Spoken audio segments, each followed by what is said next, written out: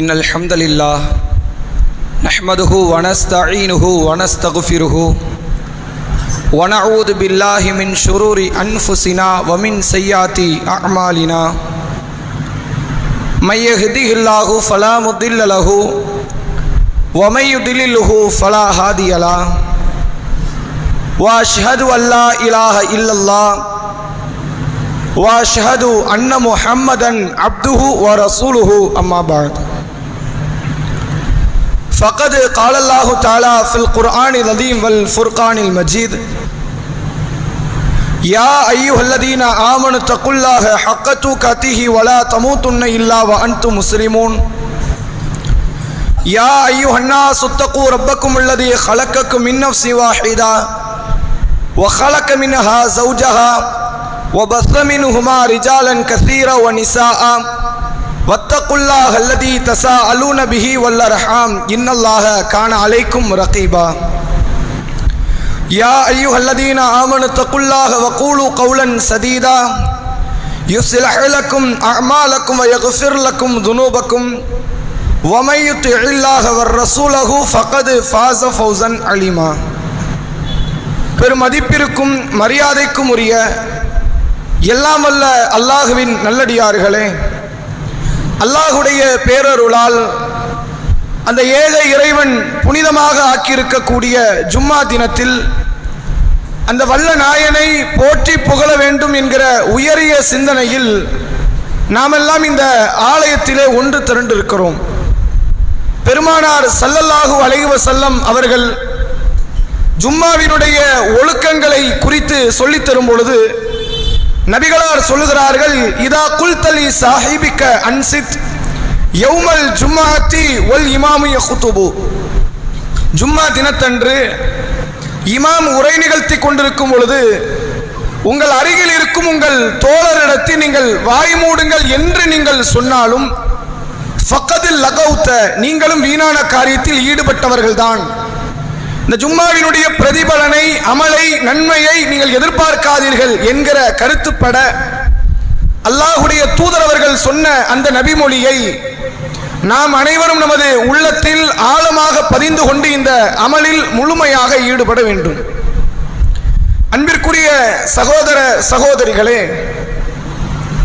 இஸ்லாம் என்கிற மார்க்கம் மரணத்தை கடந்து வாழக்கூடிய ஒரு வாழ்வில் ஒரு பெரும் வெற்றியையும் வெளிச்சத்தையும் தரக்கூடியது என்பதை உணர்ந்துதான் இந்த மார்க்கத்திலே நாம் அங்கம் வகித்துக் கொண்டிருக்கிறோம். இந்த மார்க்கம் எத்தனையோ பல அம்சங்களில் தன்னை மிஞ்சி அல்லது தனக்கு நிகராக இன்னொருவன் சட்டம் சொல்ல முடியாது என்கிற அளவிற்கு ஏராளமான மார்க்க நிலைப்பாடுகளை சொல்லி மனித குலத்தை இந்த இஸ்லாத்தை நோக்கி வென்றெடுத்தது இந்த மார்க்கம். மனிதாபிமானத்தை பற்றி இது பேசுகிறது. உலகத்தில் பெரும் இரக்க குணத்தோடு வாழ்ந்த மனிதர்கள் கூட பேசாத தத்துவத்தை இந்த மார்க்கம் பேசுகிறது. தீண்டாமையை இந்த மார்க்கம் வேறறுத்திருக்கிறது. தீண்டாமையை அழிப்பதற்கு இந்த உலகத்தில் எத்தனையோ பெரும் பெரும் புரட்சியாளர்கள் எல்லாம் வந்தார்கள். ஈவே ராமசாமி பெரியார் வந்தார், நெல்சன் மண்டேலா வந்தார். அவர்களெல்லாம் சொல்லித்தராத தத்துவத்தை, அடிப்படை தத்துவத்தை சொல்லி மிக இலகுவாக தீண்டாமை என்கிற கோட்பாட்டை நாசப்படுத்தி சமத்துவத்தையும் சமாதானத்தையும் நிலைநாட்டியது இந்த மார்க்கம். இப்படி இந்த மார்க்கம் சொன்ன, மார்க்கம் செயல்படுத்திய, வடிவமைப்பு கொடுத்த காரியங்களை பட்டியலிடலாம் என்றால் அது இந்த ஜும்மா காணாது. அவ்வளவு காரியங்களை செய்த இந்த மார்க்கம் மக்கள் மத்தியில் ஒரு வகையான நிலைப்பாட்டை சிந்திக்க விடாமல் தடுத்திருக்கிறது. எதிரணிகளாக இருக்கக்கூடிய இந்த மார்க்கத்தை வேறறுக்க வேண்டும் என்று நினைக்கக்கூடிய மக்கள் பலரும் வைக்கக்கூடிய ஒரு வகையான குற்றச்சாட்டு என்ன தெரியுமா? இவர்கள் அடிப்படைவாதிகள். முஸ்லிம்கள் யார்? மண்டைக்கும் மூளைக்கும் சம்பந்தம் இல்லாதவன் முஸ்லிம் அவன் நினைச்சு வச்சிருக்கான். அவனுடைய ஒவ்வொரு பார்வையும் கோணமும் இஸ்லாமியர்களை ஒரு விதமான அறிவுக்கு பொருத்தமில்லாத செயல்களை செய்பவனை போன்றுதான் அவனுடைய உள்ளத்தில் அவன் ஆழமாக பதிந்து வைத்திருக்கிறான். பெண்ணடிமைத்தனம் என்றெல்லாம் சொல்லி பார்த்தார்கள், எடுபடல. பயங்கரவாத செயலுக்கான காரண கர்த்தா முஸ்லிம்கள் என்று சொல்லி பார்த்தார்கள், எடுபடல. இன்னும் எத்தனையோ பல வாழ்க்கைக்கு எதிரான தத்துவத்தை இஸ்லாம் தான் விதைக்கிறது என்றார்கள், எடுபடல. அவர்கள் அடுத்து எடுத்த தெரியுமா? இவர்கள் அடிப்படைவாதிகள். ஒரு மூளை உள்ள ஒரு வாதம் மாதிரிலாம் வைக்க மாட்டாங்க. இவங்களுடைய செயல்பாடு, இவங்களுடைய வாழ்க்கை தரம் அனைத்துமே மடமைத்தனத்தில் அமைந்ததை போன்றுதான் இருக்கும் என்று இஸ்லாமியர்களை பற்றி உலகளாவிய அளவில் இந்த பேச்சை, கருத்து பொருளை மக்கள் மத்தியில் விதைத்திருக்கிறார்கள். முஸ்லீமை பார்த்தா அவனுக்கு அப்படிதான் தெரியும். முஸ்லீம்களா, இவனுக்கு என்ன நாலேஜ் இருக்க போகுது அப்படின்னு. ஒரு சகோதரர் சொல்றார், ஒரு இஸ்லாமிய சகோதரர் ஒரு ரயில் பயணத்தில் மேற்கொள்றார். அவர் பார்க்க நல்லா வெள்ளை வெள்ளைன்னு இருப்பாரு.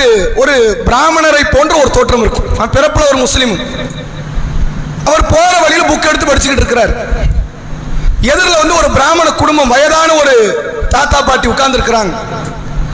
அவருக்கு இவரால் முடிஞ்ச ஏதோ ஒரு உதவியை செய்யறார். பயண நேரத்தில் அவர்களும் இவருக்கு டீயை கொடுக்கிறது, இந்த மாதிரியான பேச்சுவார்த்தை.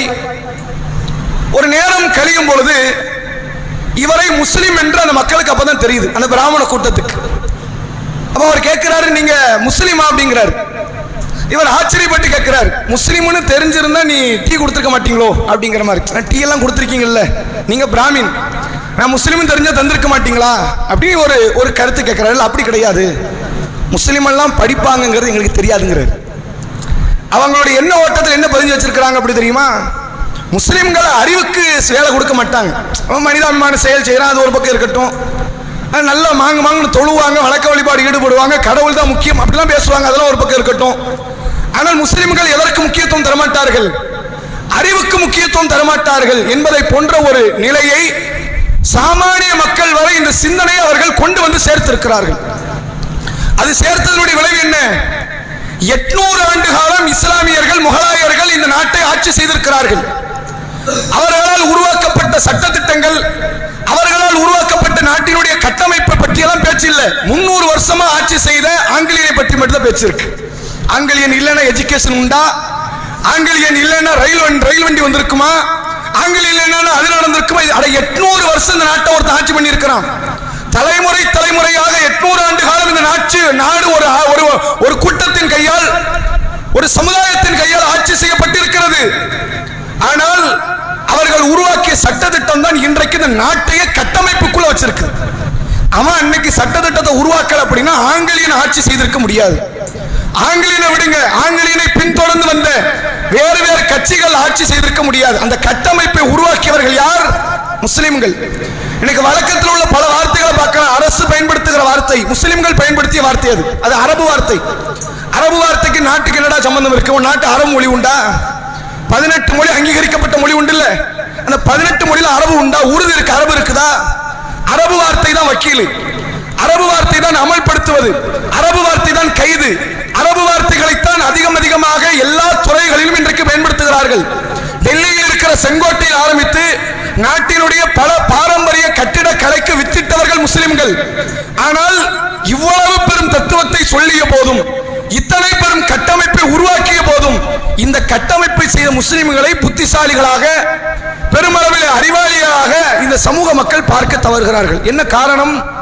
இஸ்லாமியர்கள் வெறும் வழிபாட்டில் ஆர்வம் செலுத்துவார்கள், அவர்கள் பெரும் தியாகம் செய்வார்களை தவிர அறிவுள்ளவர்களாக மாற்று மதத்தவர்கள், மாற்று சமூகத்தை சார்ந்தவர்கள் பார்ப்பது கிடையாது. ஆனால் நீங்கள் திருக்குர்ஆனை எடுத்து பாருங்கள், அறிவு இருக்கிறவன மட்டும்தான் இஸ்லாம் முஸ்லிம்னே சொல்லுது. அறிவில்லாதவர்களை இஸ்லாமிய மார்க்கம் இஸ்லாத்தை விட்டு வெளியேறியவனை போன்று பார்க்கிறது. ரசூலுல்லாஹ்வை பார்த்து அல்லாஹ் சொல்கிறான், நபியே நீங்கள் சொல்லுங்கள். சூரா சுமரில பதிவு செய்யப்பட்டிருக்கிற, சூரா சுமரில இடம்பெற்றிருக்கிற வசனம், நபியே அல்லாஹ் அல்லாதவர்களை என்னை வணங்க சொல்கிறீர்களா? யா அய்யுஹல் ஜாஹில், முட்டாள்களே என்று நபியே நீங்கள் கேளுங்கள். இஸ்லாத்தை இல்லாத அந்த கருத்துக்கு எதிரான ஒரு நிலைப்பாட்டை ஒருவன் செய்கிறான் என்றால் அவனை இஸ்லாம் என்ன பேர் சொல்லி அழைக்குது? முட்டாள். அல்லாஹ்வுக்கு இணை வைப்பவன் முட்டாள். அல்லாஹ்வை தவிர்த்து மற்றவைகளை, பொருட்களை, மற்ற படைப்புகளை வணங்கக்கூடியவன் முட்டாள் என்று திருக்குர்ஆன் பேசுகிறது. இதுக்கு மாற்றமா ஓர் தெய்வ கொள்கையில் இருக்கக்கூடிய நான் யாரு? இஸ்லாம் என்னை எப்படி சொல்கிறது? நான் தான் உண்மையான புத்திசாலி என்று இஸ்லாமிய மார்க்கம் பேசுகிறது. அல்லாஹ் திருக்குர்ஆனிலே சொல்கிறான், சூரா ஃபுர்கான் என்ற அத்தியாயம், வல்லதீன இதா துக்கிரு பி ஆயாத்தி ரப்பிஹிம் லம் யഖ்ரு அலைஹா சும்மா உம்மியானா. அல்லாஹ்வுடைய வேத வசனங்களை பற்றி அவர்களுக்கு அறிவுரை சொல்லப்பட்டால் அதிலே அவர்கள் குருட்டுத்தனமாக, செவிட்டுத்தனமாக விழமாட்டார்கள். வேத வசனம் சொல்லப்படுது, உடனே உழுந்துட மாட்டாங்க. அது என்ன கருத்தை பேசுகிறது என்று சிந்திப்பார்கள். இதன் மூலமாக இந்த வசனம் நம்மிடத்திலிருந்து என்ன எதிர்பார்க்கிறது என்பதை சிந்திப்பார்கள்.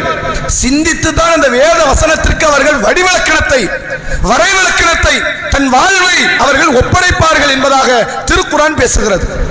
அல்லாஹ் சொல்லுகிறானே, குர்ஆனினுடைய தத்துவத்தை பாருங்கள். அஃபலா யத்ததப்பருனல் குர்ஆன், இந்த குர்ஆனை நீங்கள் சிந்திக்க மாட்டீர்களா? அம் அலா குலூபின் அக்ஃபாலுஹா, அல்லது இதை சிந்திக்க கூடாது என்று உங்கள் உள்ளங்களிலே பூட்டுகள் போடப்பட்டிருக்கிறதா என்று அல்லாஹ் கேட்கிறான். உலகத்திலேயே ஒரு மதத்தின் வேதம் அந்த மதத்தினுடைய மக்களை பார்த்து என்னை சிந்தித்து கடைபிடி என்று சொன்ன ஒரு வேதம் இந்த வேதம் மட்டும்தான். அரசியல் அமைப்பு சட்டம் கூட இப்படி கிடையாது. மனுஷனால இப்ப தற்காலத்தில் எழுதப்பட்டதானே என்ன, அந்த அரசியல் அமைப்பு சட்டம் எழுதி ஒரு 70 வருஷம் இருக்குமா? இந்த 70 ஆண்டுகள் எழுதப்பட்டதுல 700 தப்பு, 700 மாற்றம் தேவையில்லை. இது மாத்திரும், அது மாத்திரும், சரிப்பட்டு வராது, அது சரிப்பட்டு வராது. பெரும் பெரும் அறிவாளிகள் எல்லாம் உட்கார்ந்து எழுதிய, இந்த நாட்டினுடைய கட்டமைப்பிற்கு பெருமளவில் உதவியாக இருந்தவர்கள் உட்கார்ந்து எழுதிய புத்தகத்தில் இத்தனை மாற்றம். இஸ்லாம் சொல்லுகிறது, குர்ஆனை சிந்தி. குர்ஆனை சிந்திப்பதை மட்டும்தான் முஸ்லிமுடைய அடிப்படை வேலையாக மார்க்கம் சொல்லித் தருகிறது. அப்ப அறிவுக்கு இந்த மார்க்கம் கொடுத்த முக்கியத்துவத்தை போன்று உலகத்தில் வேற எந்த மார்க்கமும் அறிவுக்கு இவ்வளவு முக்கியத்துவம் கொடுத்தது கிடையாது. அதற்கெல்லாம் ஒரு காரண கர்த்தாவாக, ஒரு தலைமை பொறுப்பாக அல்லாஹ் இறை தூதர்களில் ஒருவரை வைத்திருக்கிறான் என்றால், எல்லா இறை தூதர்கள்ட்ட இந்த அறிவு இருந்தது. எல்லா இறை தூதர்களும் லாஜிக்கலாக தன்னுடைய சமுதாய மக்களை வாதத்தில் வென்றெடுத்தார்கள். அதில் மிக பெரும் தலைவராக அல்லாஹ் காட்டக்கூடியதுதான் நபி இப்ராஹிம் அலைஹிஸ்ஸலாம். இந்த இறை தூதரை பற்றி நம்ம எவ்வளவு தெரியும், அப்படிதானே? இந்த இறை தூதரை போன்று தியாகம் செய்ய முடியாது, இந்த இறை தூதரை போன்று வழிபாடு செய்ய முடியாது, இந்த இறை தூதரை போன்று இறைவன் மீது அளவு கடந்த கொள்ள பிரியத்தை வைக்க முடியாது.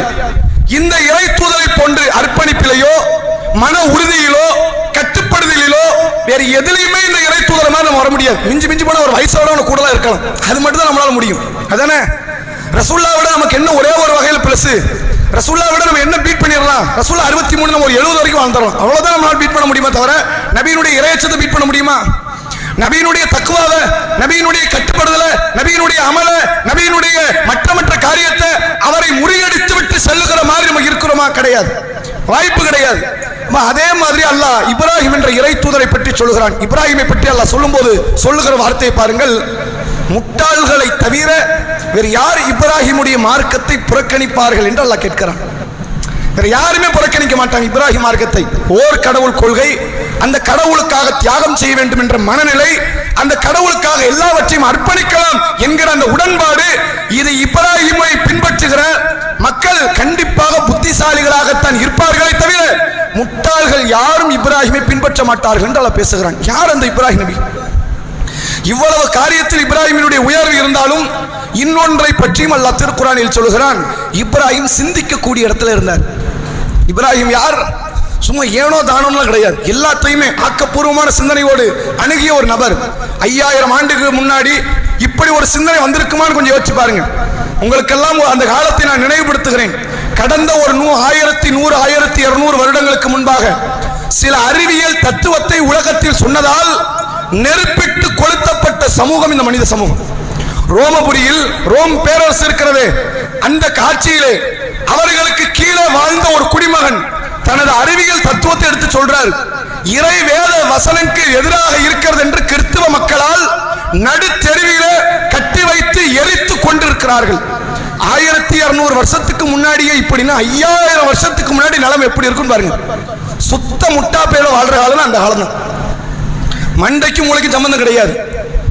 எதிரில் மேலே இருக்கக்கூடிய நிலாவை ஒரு விதமாக பார்த்தவர்கள், பூமியை தட்டை என்று நினைத்தவர்கள், அவர்களை பொறுத்தவரைக்கும் அறிவியல் என்ற பேச்சுக்கும் அவருக்கும் சம்பந்தமே கிடையாது. ஆனால் அந்த காலத்தில் தனது சிந்தனையின் மூலமாக மக்களை வென்றெடுத்தார் என்றால் அது இப்ராஹிம் அலைஹிஸ்ஸலாம். அல்லாஹ் ரப்புல் ஆலமீன் தொடர்ச்சியாக தன்னுடைய திருக்குர்ஆனில் சூரா அன்ஆம் என்ற அத்தியாயத்தில் அல்லாஹ் பேசுகிறான். ஓ இது கால இப்ராஹிம் லி அபீஹி, இப்ராஹிம் தன்னுடைய தந்தையிடத்தில் சொன்னார். ஆசர் என்ற தன்னுடைய தந்தை, அத்தத்தகிது அஸ்னாமன் ஆலிஹத்தன், சிலைகளை நீங்கள் கடவுள்களாக ஏற்படுத்திக் கொண்டீர்களா?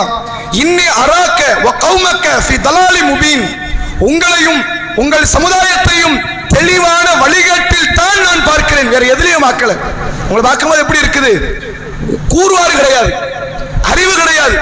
அப்படி ஒரு சமூகமாகத்தான், வழிகட்ட சமுதாயமாகத்தான் தந்தையே உங்களையும் உங்களை பின்தொடர்ந்து வந்தவர்களை நான் பார்க்கிறேன் என்று இப்ராஹிம் அலைஹிஸ்ஸலாம் அவர்கள் தன்னுடைய முதல் கட்ட வாதத்தை எடுத்து வைக்கிறார். சிலை வணக்க வழிபாட்டில் ஈடுபடுகிறார்கள். இந்த சிலைதான் தனக்கு எல்லாவற்றையும் தந்துவிடும் என்று எண்ணுகிறார்கள். சிலை வணக்கம்ங்கிறதுனால ஒரு கருத்தை உங்களுக்கு நினைவுபடுத்துகிறேன். ஒரு கதை ஒன்று, அதாவது நடந்த ஒரு சம்பவத்தை ஒரு இதழ கதையாக எழுதுகிறார்கள். ஒரு தந்தையும் ஒரு மகளும் ஒரு கோயிலுக்கு போறாங்க. மாற்று மத தெய்வத்தினுடைய ஒரு கோயிலுக்கு போறாங்க. அவர்கள் அந்த மதத்தை சார்ந்தவர்கள். போய் அந்த சிறுமியை கூட்டு போய் சாமி முன்னாடி, அதாவது அவர்கள் எதை கடவுள் நினைத்தார்களோ அந்த கடவுள் முன்னாடி கையெடுத்து கும்பிட்டு தன்னுடைய தேவைகளை முறையிடுகிறார். இவரும் சொல்றார் தம் பொண்ணுகிட்ட, நீ உனக்கு எதுவும் தேவைன்னா கடவுள்கிட்ட கேளு அப்படிங்கிறார். சரி, தந்தை சொல்லிட்டார்ல அப்படின்னு அந்த பொண்ணும் கையெடுத்து கும்பிட்டு தனக்கான தேவைகளை எல்லாம் சொல்லுது, இது நிறைவேற்றி தருங்கிற நம்பிக்கை. அங்கிருந்து கொஞ்சம் விலகி போகுது. கொஞ்சம் அந்த இடத்த விட்டு நவுண்டு போறாங்க. திடீர்னு பார்த்தா அந்த பொண்ணு ஓட்டம் எடுக்குது. சிறுமி ஒரு 6 வயசு கூட நிரம்பி இருக்காது. அந்த சிறுமிக்கு ஓட்டம் எடுக்குது.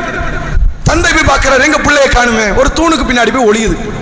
பொண்ணுகிட்ட போய் கேட்கிறாரு, ஏமா ஒளிகிற, என்னாச்சு? அங்க சிங்கம் நிக்குது அப்படிங்குது. அங்க என்ன நிக்குது? சிங்கம் நிக்குது. சிங்கம்னா என்ன? அதனுடைய பண்பு என்ன? பூனைக்குட்டி மாதிரியா? அது கடிச்சு குதற ஒரு பண்பாடு. அப்படித்தானே சொல்லி வளர்த்திருப்பாங்க சிங்கத்தை பத்தி. அதனால சிங்கத்தை பார்த்த உடனே அந்த பிள்ளை ஓடுது. இவர் பார்க்கிறார், சிங்கம் எங்கடா கோயிலுக்குள்ள வந்துச்சு அப்படின்னு பார்க்கிறாரு. அங்க ஒரு சிங்க சிலை ஒண்ணு இருக்கு. என்ன இருக்கு? சிங்கத்தால் வடிவமைக்கப்பட்ட, அதாவது சிங்கத்தை போன்று வடிவமைக்கப்பட்ட ஒரு சிலை. அப்ப அவர் சொல்றாரு, அது வெறும் சிலை. அந்த பொண்ணு சொல்லுது, நீ கும்பிட்டது மட்டும் எனக்கு உண்மையா? அதுவும் சிலை தானே. இயல்பாக இந்த தத்துவம் வந்து எல்லா மனிதனுக்கும் வெளியே வரும். எல்லாருக்கும் இந்த அறிவு உண்டு. இப்ராஹிம் அலைஹிஸ்ஸலாம் அவர்கள் தன் மனதில் உறுதியை ஏற்படுத்தி கொண்டு முழு சமுதாயத்திற்கு எதிராக இந்த தத்துவத்தை முன்வைத்தார்கள். யா அபத்தி லிம தாபுதுன மாலா யஸ்மாஉ வலா யுப்சிரு வலா யுக்னி ஷையா.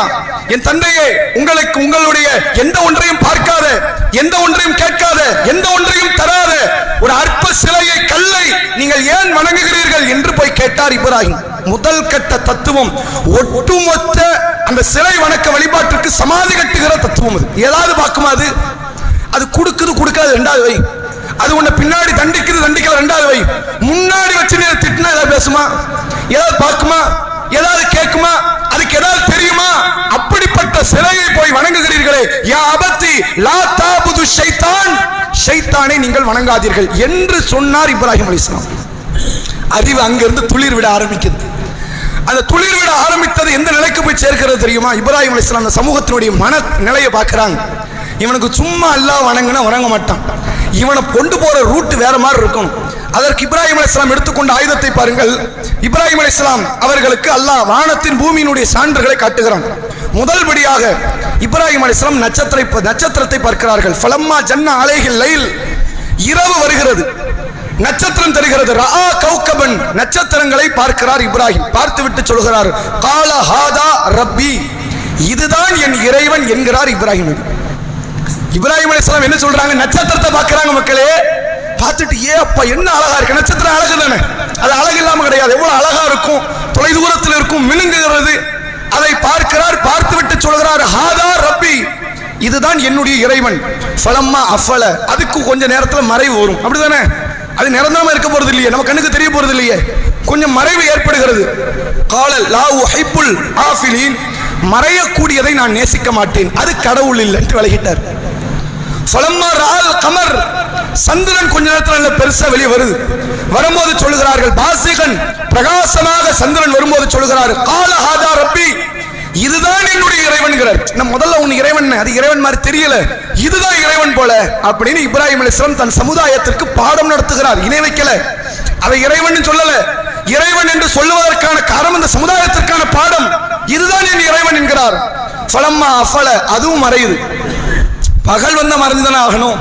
நிலா மறைய ஆரம்பிக்கிறது. கால லஇல்லம் யஹ்தனி ரப்பி, என் இறைவன் எனக்கு நேர்வழி காட்டவில்லை என்றால் லஅகுனன்ன மினல் கௌமில் லாலின், நான் வழிகட்ட கூட்டங்களில் ஒருவனாக ஆகிவிடுவேன் என்று அவர் சொல்கிறார். கொஞ்ச நேரம் மாறுது. ஃபலம்மா ரஅ ஷம்ஸ பாசிகத்தன், பிரகாசமான முறையில் சூரியனை பார்க்கிறார். நட்சத்திரத்தை விட சந்திரன் பெருசு. உண்மையிலேயே அறிவியல் உலகத்தோடு ஒப்பிட்டு பார்க்கும்போது நட்சத்திரத்தை சந்திரனை விட சூரியனை விட நட்சத்திரம் தான் பெருசு. இங்க இருந்து பாருங்க அதனுடைய தன்மை என்ன? நட்சத்திரத்தை விட சந்திரன் பெருசு, சந்திரனை விட சூரியன் பெருசு. அதை பார்த்து விட்டு சொல்கிறார், கால ஹாதா ரப்பி ஹாதா அக்பர், இதுதான் என் இறைவன், இதுதான் மிக பெரியது என்கிறார். அப்ப இறைவனுக்கான அடிப்படை தத்துவம் என்னவா இருக்கணும்? அதையே அந்த இடத்துக்குள்ளே அப்படி வாழைப்பழத்தை ஊசி இறக்குற மாதிரி இறக்குறார். இறைவன்னா அது பெரியதாக இருக்கணும், எல்லா வகையிலும் அது பெரியதா இருக்கும். நட்சத்திரத்தை விட சந்திரன் பெரிதாக இருந்தது, சந்திரனை விட சூரியன் பெரிதாக இருக்கிறது. ஹாதா ரப்பி ஹாதா அக்பர், இதுதான் என் இறைவன், இது மிக பெரியது என்கிறார். கொஞ்ச நேரம் ஆறுகிறது. ஃபலம்மா அஃபலத், அதுவும் மறைந்து விடும் பொழுது அவர் சொல்லுகிறார், கால யா கௌமி இன்னி பரியும் மிம்மா துஷ்ரிகூன், என் சமுதாயமே நான் வணங்குறேன்னு சொன்னதும் நீ வணங்குறேன்னு சொல்றதும் எல்லாமே வழிகட்டது, நீங்கள் இணை கற்பிக்கக்கூடிய அனைத்தையும் விட்டு நான் விலகிக் கொள்கிறேன் என்று பாடம் நடத்துகிறார். சொல்லிவிட்டு சொல்கிறார், இன்னி வஜ்ஜஹத்து வஜ்ஹிய லில்லதி ஃபதர ஸமாவாதி வல் அர்த், வானங்கள் பூமியை முன்மாதிரியின்றி ஒருவன் படைத்து ஒருவன் இருக்கிறானே, அப்படிப்பட்ட இறைவன் பக்கம் என்னுடைய முகத்தை நான் திருப்பி விட்டேன். ஹனீஃபன், உண்மை வழியில் நின்று திருப்பி விட்டேன். வமா அன மினல் முஷ்ரிக்கின், நான் ஒரு காலமும் இணை வைக்கக்கூடியவனாக இல்லை என்று இப்ராஹிம் அலைஹிஸ்ஸலாம் அவர்கள் தன் சமுதாயத்தை பார்த்து பாடம் நடத்தினார்கள். பாடம் எங்க இருந்து ஆரம்பிக்குது? எடுத்த எடுப்புல அல்லாஹ் ஒருத்தன் தான், கடவுள் ஒருத்தன் தான், உலகத்தை படைச்சவன் அவன் தான் என்று சொல்லி தான் அந்த மக்கள் வந்திருக்க மாட்டாங்க. உனக்கு புரிகிற மாதிரியே சொல்றேன். நட்சத்திரம் கடவுளுங்கிறார், நட்சத்திரம் மறையுது. சந்திரன் கடவுள் என்கிறார், சந்திரன் மறைகிறது. சூரியனை கடவுள் என்கிறார், சூரியனும் மறைகிறது. அதற்கும் ஒரு நாள் ஆரம்பம் என்றால் இறுதி இருக்கிறது. இது எல்லாவற்றையும் படைத்தவன் தான் பெரியவன், அவன் தான் உண்மையான கடவுள் என்று சொல்லி ஏகத்துவ கொள்கையை நோக்கி அந்த மக்களை அந்த அடிச்சுவட்டை நோக்கி இழுத்துச் செல்கிறார் இப்ராஹிம் அலைஹிஸ்ஸலாம். இவ்வளவு பெரிய ஒரு புத்திசாலி. இப்ராஹிம் அலைஹிஸ்ஸலாமுடைய வாழ்க்கையில் நடந்த சில முக்கியமான தருணங்கள். அந்த மக்கள் எல்லாம் சிலையை வணங்கி கொண்டிருக்கிறாங்க. தந்தையினுடைய மார்க்கம், சிலையை போய் விமர்சனம் பண்றாரு. மக்கள் கேட்கல. சொன்ன வார்த்தை என்ன தெரியுமா? இல்ல இல்லம் என் தகி இல்ல நர்ஜு மன்னக்க, இப்ராஹிமை விலகிக் கொள்ளவில்லை என்றால் கற்களால் அடித்து உங்களை கொன்று விடுவோம். அந்த மக்களுடைய ரிப்ளை, பதில் இதுதான். வாதத்துக்கு வாதம் சொல்லணும். என்னப்பா இது கடவுள் இல்லைங்கிற, இந்த பாருப்பா சத்தம் கொடுக்குறேன், எங்க ஆளு எந்திரிச்சு வந்து உன்னை என்ன பண்றாரு பாரு, இப்படி பேசி இருக்கணும்ல. அதுதானே வாதத்துக்கு பதில் வாதம். நான் எதிர்த்து நிக்கிறது ஒன்னு எதிர்த்து நிக்கிறேன், உன் கடவுளை எதிர்த்து நிக்கிறேன். அப்ப நீ என்ன எதிர்த்து நிக்க கூடாது, உன் கடவுள் தான் என்ன எதிர்த்து நிக்கணும், அப்படிதான் நிக்கணும். இப்ராஹிம் அலைஹிஸ்ஸலாம் இது கடவுள் இல்லை என்கிறார், இவங்க தான் சப்போர்ட்டுக்கு வந்து நிக்கிறாங்க. கடவுளுக்கு ரெப்ரசன்டேட்டிவ் மாதிரி. நீங்கள் கடவுளை விமர்சனம் செய்தால் இப்ராஹிமே உங்களை கற்களால் அடித்துக் கொள்வோம். அவங்க எல்லாம் ஒரு இடத்துக்கு போறாங்க. இப்ராஹிம் தன்னுடைய புத்திசாலித்தனமான அடுத்த கட்ட தாவாவை ஆரம்பிக்கிறார். சிறிய சிலைகள் எல்லாம் இருக்கிறது, உடைச்சு தள்ளியாச்சு. கைத்தடியை கொண்டு போய் பெரிய சிலைக்கு பக்கத்தில் வைத்துவிட்டு புறப்பட்டுட்டார். மறுநாள் காலை வருகிறார்கள். சிலைகள் எல்லாம் உடைக்கப்பட்டிருப்பதை பார்க்கிறார். பெரிய சிலை மட்டும் மீதம் இருப்பதை பார்த்து யார் இந்த காரியத்தில் ஈடுபட்டிருப்பா அப்படிங்கிறத உணர்வதற்காக நேற்று வரை இப்ராஹிம் என்ற ஒரு இளைஞர் தான் இதை விமர்சனம் செய்தார். அவரை பிடிங்க, ஆளை தூக்குங்க, ஆசருடைய மகன் என்று சொல்லி இப்ராஹிம் அலைஹிஸ்ஸலாமை பிடிச்சு கொண்டு வந்து விசாரணைக்க ஆரம்பிக்கிறாங்க. இப்ராஹிமே, எங்கள் சிலைகளை நீங்க தான் இப்படி பண்ணீங்களா? இப்ராஹிம் அலைஹிஸ்ஸலாமுடைய பதில், என்கிட்ட கம்பு இருக்குதா, அதுகிட்ட கம்பு இருக்குதா? அதுகிட்ட போய் கேளு, என்கிட்ட வந்து ஏன் கேட்கிற? எதுவா இருந்தாலும் ஒரு டிடெக்டிவ் மைண்ட்ல என்ன இருக்கணும்? எவிடன்ஸ் தேடி போகணும்ல. எவிடன்ஸ் ஏன் இருக்குதா, அதுகிட்ட இருக்குதா? கம்பு எங்கப்பா இருக்குது, அங்க போய் கேளப்பா. இப்ராஹிம் சொன்ன பதிலை பார்த்து அந்த மக்கள் சொல்கிறார்கள், சிலை பேசுமா? சிலை கிட்ட கேட்போமா, அது பதில் தருமா? இதைத்தாடா நான் இத்தனை வருஷமா நான் சொல்லிக்கிட்டு இருக்கிறேன். சிலை பேசுமா, சிலை கேட்குமா, சிலை பதில் தருமா? நேற்று வரைக்கும் நான் சொன்ன உனக்கு புரியல, இன்னைக்கு உனக்கு புரிஞ்சிருச்சா? அந்த மக்கள் சுதாரித்துக் கொள்கிறார்கள். இப்ராஹிம் மீண்டும் தாவாவை ஆரம்பிக்கிறாங்க. நெருப்பு குண்டத்தில் தூக்கி எறிவதுதான் அவர்கள் பதிலாக இருந்ததை தவிர அதற்கான நியாயமான பதிலை சொல்லி இருந்தால் அந்த சமூகம் நேர்வழி நோக்கி வந்திருக்கும். ஒரு வாதம் வைக்கப்படுதுங்க, அந்த வாதத்துக்கு நியாயமான வாதம் வைக்கணும்ல. பாபர் மஸ்ஜித் ஒரு பள்ளிவாசல் இடிச்சாங்க. வழக்கு இந்த அந்தான்னு போச்சு. அலகாபாத் நீதிமன்றத்தில் வழக்கு கொடுக்கும்போது மூணா பிரிச்சு கொடுத்தான். அதுவே வைத்தறிச்சல்ங்கிறதுனால சுப்ரீம் கோர்ட்டுக்கு போகுது. சரி, ஒரு நல்ல தீர்ப்பு வரும்னு பார்த்தா, நிலத்தை எவன் இடித்தானோ அவனுக்கு சொந்தம், எவனெல்லாம் இடித்தானோ அவர்களெல்லாம் விடுதலை என்று சொல்லிவிட்டு உங்களுக்கு பக்கத்தில் ஒரு லேண்டை கட்டித்தாரேன் அப்படின்னு வச்சாங்க. இவனுடைய ஆட்சியின் அடித்தளமே அந்த பாபர் மஸ்ஜித் தான். ஒரு நியாயமான பதில் கொடுத்திருக்கணும்ல. இல்லப்பா, நாங்கள் சான்றுகளை எல்லாம் பார்த்தோம், ராமர் கோயில் இருந்ததற்கான ஆதாரங்கள் நிறைய இருக்கிறது, பாபர் இடித்ததற்கான ஆதாரங்கள் தான் தெரிகிறது, எனவே பாபருடைய மஸ்ஜித் இல்லை என்று சொல்லி இருந்தாலாவது மனசாரி இருக்கும். என்ன பதில் வந்துச்சு தெரியுமா? அங்க கோர்ட்ல மக்களுடைய கூட்டு மனசாட்சின்ட்டார். நம்பிக்கை இருக்கலாங்க. 130 கோடி பேர் இந்தியாவில் வாழ்றான். 80 கோடிக்கு நெருக்கமாக இந்து மக்கள் இருக்கிறார்கள். அத்தனை மக்கள் அந்த கோயில் எதிர்பார்க்கல. அதுக்கு நடந்த தேர்தல் ஒரு ஆதாரம். எதிர்பார்த்தான்னு கூட வச்சுக்க. 80 கோடி மக்களுடைய எதிர்பார்ப்பு தான் அந்த இடத்தில் கோயில் கட்டுவதற்கு அடித்தளம் என்று தீர்ப்பு கொடுக்கிறார்கள் என்றால் இங்க என்ன வேலை செய்யல? அறிவு வேலை செய்யல, ஆதாரம் வேலை செய்யல, அவர்களுடைய ஆதிக்கம் மட்டும்தான் வேலை செய்கிறது. பதில் எப்படி வரணும்? இப்ராஹிம் அலைஹிஸ்ஸலாமுக்கு எப்படி வந்திருக்கணும்? இப்ப கரெக்டா தான்ப்பா கேட்கிறாரு, நானே போய் அந்த பெரிய சிலைட்ட கேட்கிறேன் அப்படின்னு நீ முடிவெடுத்திருந்தா அங்க ஒரு புரட்சி வெடிச்சிருக்கும், அறிவு வளர்ந்திருக்கும். இவர் நம்ம சிலைகளை உடைத்து விட்டார் என்ற சிந்தனையிலே அவர்கள் இப்ராஹிமை தண்டிப்பதற்கு தான் முற்பட்டார்கள், சிந்திப்பதற்கு முற்படல. இதே நிலையைத்தான் இன்றைக்கு ஆதிக்க மக்கள், ஆதிக்கத்தில் இருக்கக்கூடிய கட்சிக்காரர்கள் இன்றைக்கு சிறுபான்மையின மக்கள் மீது வைக்கக்கூடிய ஆதிக்கம் இதுதான். அது மட்டும் இல்ல, இப்ராஹிம் அலைஹிஸ்ஸலாம் போகிற இடமெல்லாம் வாதம் தான், யாரையும் விடுறதா இல்லை. எவனெல்லாம் வழிகேட்டை தன் பக்கம் திருப்புகிறானோ அவன் பக்கமே நேர்வழியை திருப்பி விடுகிற ஒரு பண்பாடு கொண்டவர் இப்ராஹிம் அலைஹிஸ்ஸலாம். ஒரு மன்னரை கடந்து செல்கிறார். அந்த மன்னருக்கு இவர் கண்டா, இப்ராஹிமை கண்டா காகல, கடுமையான கோபம். ஒரு கடவுள் ஒரு கடவுளுங்கிற, உன் கடவுள் என்னப்பா செய்வாரு சொல்லுப்பா உன் கடவுளை பத்தி. இப்ராஹிம் அலைஹிஸ்ஸலாம் யதார்த்தமா சொல்றாங்க. இவன் இவ்வளவு பெரிய பைத்தியம்னு தெரியாது இப்ராஹிம் நபிக்கு. தெரிஞ்சிருந்தா அப்பவே வாதத்தை மாத்தி இருப்பாங்க. இப்ராஹிம் அலைஹிஸ்ஸலாம் தாவா பண்ண வேண்டும் என்ற அடிப்படையில் என்ன சொல்றாங்க? யுஹ்யி வ யுமீத்து, என் இறைவன் உயிர்ப்பிக்கிறான், மரணிக்க வைக்கிறான். அவன் தான் பிரம்மாண்டமான கடவுள். அவன் நினைச்சதை படைப்பான், நினைச்சதை அழிப்பான், எப்படி வேண்டுமானாலும் அவன் தன்னுடைய படைப்புகளை ஆக்குவான், உயிர்ப்பிப்பான், மரணிக்க வைப்பான் என்று சொல்லுகிறார்கள். இவன் இப்பதான் தான் பைத்தியத்தை வெளிப்படுத்துறான், அறிவு வேலை செய்யல. என்ன சொல்றான்? அன்ன உஹ்யி வ உமீத்து, நானும் உயிர்ப்பிக்கிறேன், நானும் மரணிக்க வைக்கிறேன். இப்ராஹிம் நபி சொன்ன வார்த்தை வேற, இவன் புரிஞ்சுக்கிட்டது வேற. இவன் எப்படி புரிஞ்சுக்கிட்டான் தெரியுமா? நான் அரசன், ஒருத்தனுக்கு உணவு கொடுத்து வாழ வைப்பேன், தண்ணி கொடுத்து வாழ வைப்பேன், படிப்பு கொடுத்து வாழ வைப்பேன், நான் வாழ வைக்கிறேனா? ஒருத்தன் ஆயுதத்தை எடுத்து வெட்டி கொன்னுறானா? இப்ராஹிம் நபி அப்படி சொல்லல. ஒன்றுமே இல்லாதல இருந்து ஒன்றை கொண்டு வருவான் அல்லாஹ், இருக்கிற ஒன்றை இல்லாமலே ஆக்கிடுவான் அவன் அல்லாஹ், உயிர்ப்பிப்பான், மரணிக்க வைப்பான் என்பதை அந்த அர்த்தத்தில் சொல்லி இருக்கிறாங்க. இவன் குறும்புத்தி கொண்டவன், இவனுக்கு புரியல. இவன் என்ன சொல்றான்? நானும் உயிர்ப்பிப்பேன், நானும் மரணிக்க வைப்பேன். அப்படியா? இப்ராஹிம் அலைஹிஸ்ஸலாம் அடுத்து இவனுக்கு ஏத்த மாதிரி பேசணும்ல. அதுக்கு இப்ராஹிம் அலைஹிஸ்ஸலாம் அடுத்த வாதத்தை வைக்கிறார்கள். என்னுடைய இறைவன் யஅதி ஷம்சி மஷ்ரிகஹா, என்னுடைய இறைவன் சூரியனை கிழக்கில் இருந்து உதயமாக்குறான். ஃபஅதி பிஹா மக்ரிபஹா, அந்த சூரியனை நீ மேற்கில் இருந்து உதயமாக்குவீர். நீ கடவுளுங்கிற. ஒவ்வொரு நாளும் நடக்கிற காரியம் என்ன? கிழக்கில் இருந்து சூரியன் உதயமாய் கொண்டிருக்கிறது. ஒரு நாள் கூட மாத்தி தப்பி தவறி தடுமாறி ஐயோ எனக்கு தெரியாம நான் மேற்கில் இருந்து வந்துட்டேன்னு வரமாட்டேங்குது. கரெக்டா அது கிழக்கு வந்து வருது, அது அதனுடைய வேலை செய்யுது. நீ தான் கடவுளாச்சே, உயிர்ப்பிக்கிற, மரணிக்க வைக்கிற, எல்லா கடவுளோட பெரிய கடவுளுங்கிற. நீ செய், மேற்கில் இருந்து அந்த சூரியன் உதயமாகட்டும்ங்கிறான். இவன் புரிஞ்சுக்கிட்டான், ஆஹா சரியான லாக். அல்லாஹ் திருக்குர்ஆனில் சொல்கிறான், ஓ புஹீத்தல்லதி கஃபர், காஃபிர் வாயடைத்து மௌனியாகி விட்டான். அடுத்து பதில் கிடையாது. என்ன பதில் சொல்றது? இப்படியான பல அறிவுபூர்வமான தத்துவத்தை விதைத்து தான் இந்த இஸ்லாமிய மார்க்கம் தலை தூக்கி நிற்கிறது. இன்னைக்கு நீங்க பாருங்களேன், இணை வைப்பு சிந்தனையில இருக்கக்கூடிய, பல தெய்வ கொள்கையில் இருக்கக்கூடியவர்கள் நார்த்திகர்களை சந்திக்க முடியாது. அவன் கேட்கிற கலிக்கும் பதில் கொடுக்க முடியாது. அந்த நார்த்திகன் இஸ்லாமியனை சந்திக்க முடியாது. முஸ்லீம் கேட்கிற கலிக்கு அவன் பதில் கொடுக்க முடியாது. அவன் நினைக்கிற நான் தான் பெரிய பகுத்தறிவாளனுங்கிறான். எந்த ஜாமியால வந்தாலும் சரி, நாம கேட்கிற வேலையை ஓடிடுவான். இங்க இருந்து அடுத்த மறுபடியும் கைபர் போலன் கணவாய் வழியா ஓடிடுவான். பேசிக்கிட்டு இருக்கிறான். ஒரு நார்த்திகன் இஸ்லாமியனை சந்திக்க முடியல. அப்படி சந்தித்து இஸ்லாத்தை ஏற்றுக்கொண்டவர் தான் பெரியார்தாசன் என்ற அப்துல்லா. இங்க வந்து நீ வாதத்தை சந்தித்தால் ஒன்று நீ ஓடணும், இல்லைன்னா இந்த மார்க்கத்தில் மாறணும்.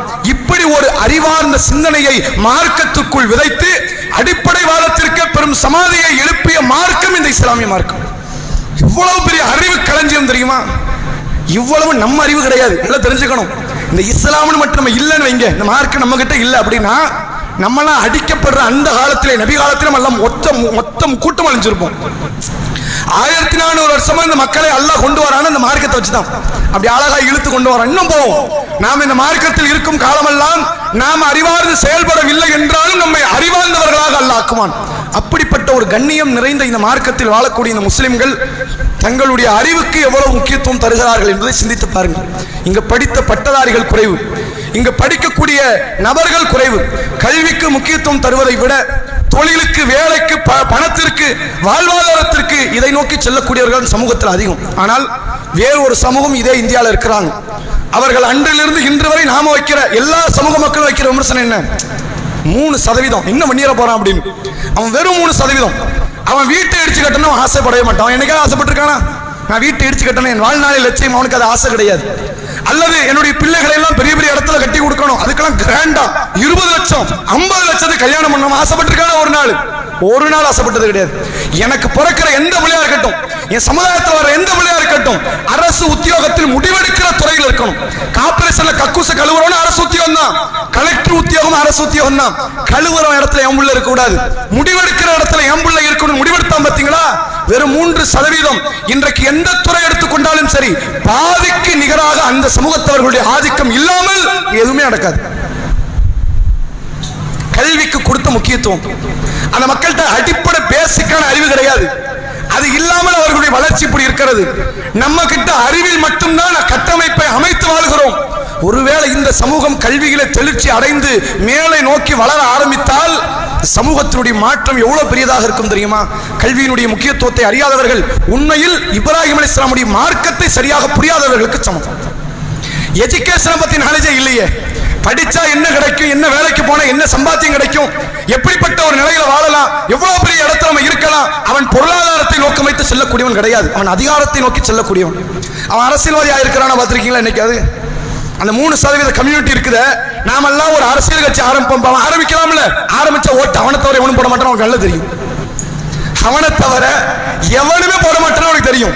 அவன் எடுத்த ஆயுதம் இந்த வீடு கட்டுவது, பொருளாதாரத்தை திரட்டுவது அல்ல. அவன் எடுத்த ஆயுதம் அரசியலில் எம்எல்ஏ ஆகணும், எம்பி ஆகணும், சிஎம் ஆகணும். நீயே இருந்துக்க, நான் சொல்றபடி நீ கையெழுத்து போட வைக்கிறோம் பாரு, அப்படி வந்து உட்கார்ந்துட்டான்.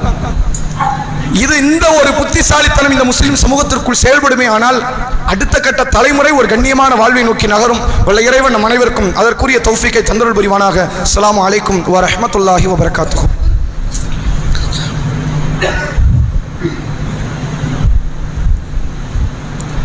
நஹ்மதுஹு வ நுஸல்லி அலா ரசூலின் கரீம். அம்மா பாத்.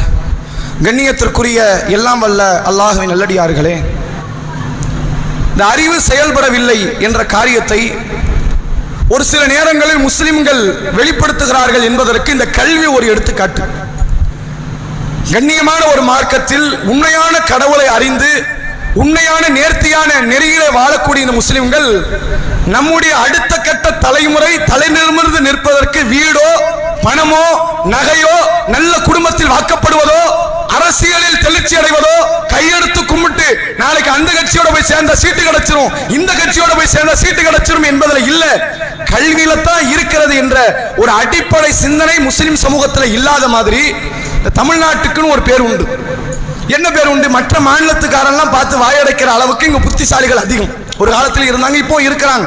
படித்தவர்கள் இந்த சமூகத்தில் இந்த மாநிலத்தில் அதிகம். அதற்கு ஒரு வெளிப்பாடு தான் நம்மளாம் ஒரு சில ஆண்டுகளாகவே இந்த நீட் எக்ஸாம் வந்து கூடாது, இதுல ஊழல் நடக்கும் நம்ம பேசணும். இன்னைக்கு எல்லா மாநிலத்துக்காரனும் பேசலாம். இப்பதான் அவனுக்கு புத்தியே வந்திருக்கு. அட நீட் சரியில்லை, கரெக்டா எலெக்ஷன் ரிசல்ட் டைம்ல வெளியிடுறான். ஜூன் 14 திடீர்னு ஜூன் 4 வெளியே கொண்டு வரான். ரிசல்ட் டைம்ல வெளியிட்டு இவனுடைய நோக்கம் என்ன தெரியுமா? படிச்சவனை எல்லாம் வெளியே தள்ளிடுறான், ஃபெயில் ஆக்கி. அவன் வேற ஏதாவது நாட்டில் போய் மெடிக்கல் படிச்சுட்டு போய் சாவட்டும், பிரச்சனை இல்லை. இந்த உள்நாட்டுக்குள்ள இவன் யாரிடத்தில் பணம் பெறுகிறானோ பெட்டி பெறுகிறானோ அவனை மட்டும் கவர்மெண்டினுடைய காலேஜில், தமிழ்நாட்டு கவர்மெண்ட், அதாவது அவன் ஒரே எக்ஸாம் கொண்டு வரான். முன்னாடிலாம் மாநில எக்ஸாம் இருந்துச்சுல, முழு மத்திய எக்ஸாம் ஏன் கொண்டு வரான் தெரியுமா? இங்க இருக்கக்கூடிய தமிழ்நாட்டில் இருக்கிற கவர்மெண்ட் அந்த மருத்துவக் கல்லூரியில் கூட ஊப்பியில உள்ள தற்கூரியை கொண்டு வந்து சேர்ப்பான், ஜார்க்கண்ட்ல இருக்கிற தற்கூரியை கொண்டு வந்து சேர்ப்பான். பணத்தை வாங்கிட்ட முடிஞ்சிருச்சுல, அவன்கிட்ட அவ்வளவு மருத்துவக் கல்லூரி இந்தியாவில் இல்ல. இப்ப இருக்கிற இடத்துல எல்லாம் தற்கூரி நடப்பியெல்லாம் படிச்சவனை வெளியே தள்ளிடலாங்கிறதுக்கான ஒரு திட்டமிடல் தான் இந்த நீட். இதை நீட் அவன் மருத்துவத்துக்கு கொண்டு வரல. அடுத்து அவன் வைக்கக்கூடிய ஒவ்வொரு இடம் என்னன்னா, இன்ஜினியருக்கு நீட் உண்டு, லாயருக்கு நீட் உண்டு. அவன் எடுக்கிற எல்லா துறைக்கும் நீட் வச்சிருக்கான். அப்ப எல்லா படிப்பையும் படிக்கிற படிப்பாளிகள் எல்லாம் வெளியே போகணும். தற்கூரிகள் மட்டும்தான் இங்க நாட்டை ஆட்சி செய்யணுங்கிற இடத்துக்குள்ள அவன் கொண்டு வர ஒரு திட்டமிடுறான். இதை அறிந்து 4-5 ஆண்டுகளுக்கு முன்பாக அனிதான ஒரு புள்ள மௌத்தாச்சே, தூக்கு போட்டு, அது இஸ்லாத்துல அனுமதி கிடையாது, மாற்று மத புள்ள வேற. அந்த பிள்ளை இறக்கும் போதே சமூகத்தில் பெரிய பூகம்பமே வெட்டிச்ச மாதிரி எல்லா கட்சிக்கார எல்லா இயக்கத்தவர்களும் இந்த நீட்டுக்கு எதிராக போர் கொடி தூக்கினார்கள். நிலைமை என்ன தெரியுமா? அப்பமெல்லாம் மற்ற மாநிலத்துக்காரன் வந்து மௌனியா உட்கார்ந்து இருந்தான். இன்னைக்கு தான் அவனுக்கு கொஞ்சம் புத்தி வருது. அடாடா ரிசல்ட் சரியில்லை, எவ்வளவு ஏமாற்று வேலை பிராடித்தனம் பண்றான்னு தெரியுமா அப்படிங்கறதும் கொஞ்சம் தெளிச்சு அடைகிறோம். அவ்வளவு பெரிய ஒரு தொலைநோக்கு பார்வையோடு செல்லுகிற இந்த தமிழ் சமூகம் இன்னைக்கு என்னன்னா, கள்ளச்சாராயம் குடிச்சு செத்தவனுக்கு 10 லட்சம் கொடுக்குறான். அறிவு வேலை செய்யற பத்தியெல்லாம் உனக்கு அந்த நேரத்து 5 வருஷத்துக்கு முன்னாடி நீட்டை தடுக்கணும்னு தெரிஞ்ச அறிவுக்கு எது தெரியல. கள்ளச்சாராயம் குடிச்சு செத்தவன தியாகியா? குவைத்தில் வந்து தமிழர்கள் இறந்தார்கள், இந்தியாவில் உள்ள இந்தியர்கள் இறந்தாங்க. இறந்தவர்களுக்கு இதே தமிழக அரசு 5 லட்சம் ரூபாய் இழப்பீடு தொகை என்று கொடுத்தார்கள். தான் குடும்பத்தை காப்பாற்ற போய் உழைச்சு செத்தவனுக்கு 5 லட்சம் ஒரு நியாயம். ஆனால் தன்னையும் தன் சமூகத்தையும் அழிக்க வேண்டும் என்ற எண்ணத்தோடு கள்ளச்சாராயம் குடிச்சு செத்தவனுக்கு 10 லட்சங்கிறத என்ன விதமான நியாயம் இருக்கு? இதுல ஏதாவது நியாயம் இருக்குதா? இவன் குடிச்சவன் இவனுடைய குடும்பத்தையும், அதாவது இவனுடைய பிரேதத்தை கூட அடக்கம் பண்ண கூடாதுங்கிற மாதிரி சட்டத்தை ஏற்றி கள்ளச்சாராயம் காய்ச்சினவன் தூக்கி ஜெயில போட்டு அதற்கு உடந்தையாக இருந்த காவல்துறை அதிகாரிகள், மேல்மட்ட அதிகாரிகள், அரசியல்வாதிகள் என்று கைது செய்திருந்தால் அடுத்த மாசத்துல பொட்டிப்பாங்கப்பா அடக்கி உள்ள உட்கார்ந்துருப்பான். இதான் நடக்கும். நீ 10 லட்சம் கொடுக்கிற இப்ப நிலைமை என்ன தெரியுமா? சும்மா விஷத்தை குடிச்சிட்டு நான் கள்ளச்சாரத்தை சாவப்படுறேன்னு முடிச்சு படுத்துருவான். கதை முடிஞ்சிருச்சா? மக்களினுடைய வரிப்பணங்கள் எல்லாம் எவ்வாறு சீரழிக்கப்படுகிறது என்பது அறிவற்ற ஒரு அரசுக்கான ஒரு எடுத்துக்காட்டு என்பதை இந்த நிகழ்வின் வாயிலாக புரிந்து கொள்ள முடிகிறது. அறிவு என்பது வெறுமனே பாடப்படிப்பில் அல்ல, நம்முடைய செயல்பாட்டில் இருக்கிறது என்பதையும் அல்லாஹ் ரப்பல் ஆலமீன் இதன் வாயிலாக நிரூபிக்கிறான். அதை உணர்ந்து செயல்படக்கூடிய நன்மக்களாக நாம் இருக்க வேண்டும். இன்ஷா அல்லாஹ் வரக்கூடிய இன்று வெள்ளி, சனி, ஞாயிறு மக்ரிப் தொழுகைக்கு பிறகு நடைபெறக்கூடிய மார்க்க நிகழ்ச்சியிலே கலந்து கொள்ளுங்கள். வாஹிரு தஅவானா அல்ஹம்துலில்லாஹி ரப்பில் ஆலமீன். அஸ்ஸலாமு அலைக்கும் வரஹ்மத்துல்லாஹி வபரகாத்துஹு.